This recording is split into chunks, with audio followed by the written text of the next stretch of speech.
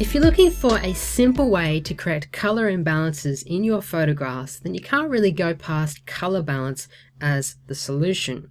Now, color balance itself is located underneath Layer, New Adjustment Layer, and it sits just underneath Hue and Saturation.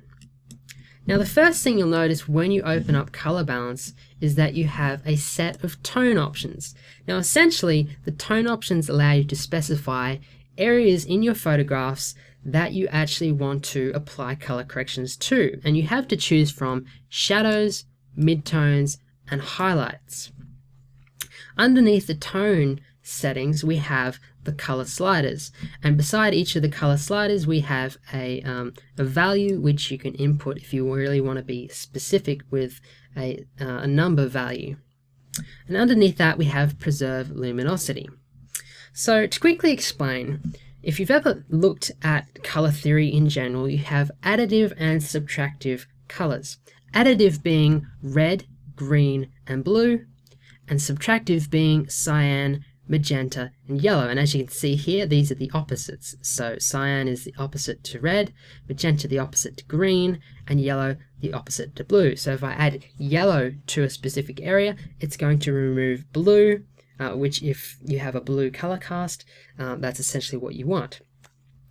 Now, with additive and subtractive colors, if you've ever done any traditional color printing, when adding or applying a additive color to color printing as a filtration, what you'll notice is that you'll actually start to lighten the print or lighten the color values that you're applying those color corrections to.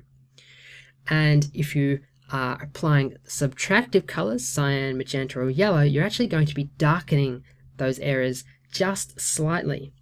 So the reason that we have preserve luminosity down the bottom here checked is that that will actually stop or reduce to a certain degree the amount of shift with regards to the density of a specific color value.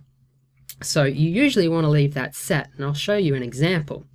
So when making color corrections to your images, how do you know specifically what color imbalances are there? Well, an easy way of telling that is if you go to your info palette, and I'll just drag that across here. What you'll see is as you hover your mouse over different areas of the image, you get different color values, and you want to set it to red, green, and blue specifically for photographs. As you can see here, red colors, red, green, and blue, sorry. Now with this, as you hover over an area, you can see that the color values change. And if you look at this particular highlight for this pink dress, what you'll notice is that you have a red value of 237, green value of 234, and a blue value of 241. Now, if I was to specifically go and add a little eyedropper checker, so I'll just go here, hold down on the eyedropper tool, and I'm going to add a color sampler, and I'm just going to add it to this area. Now what you'll see here is I have a specific set of values, and we can watch those values change as I make corrections to color balance. So I'm going to leave it set to highlights because these are highlights because the values are quite high, and if you remember, the values go from 0 to 255. And what I'm going to do is I'm going to remove the pink from this dress. So in order to remove it, I'm going to remove magenta from the highlights. So I'm going to add green to the highlights.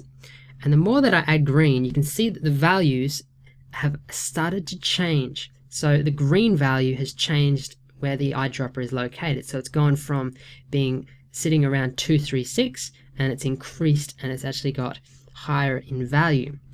And the higher in value it's got, you'll notice that the dress now has actually become more neutral. So we can just demonstrate that by actually turning off the visibility of this particular layer, as you can see there. So it is quite a dramatic color shift. So that's generally how we utilize color balance for overall color corrections, and also specific corrections just to the highlights, midtones, and shadows. Now, if you're looking at making specific color corrections to specific colors. So for example, if I wanted to make a correction to this particular green value down here, then I'd actually choose selective color, and we're going to look at that in the next video.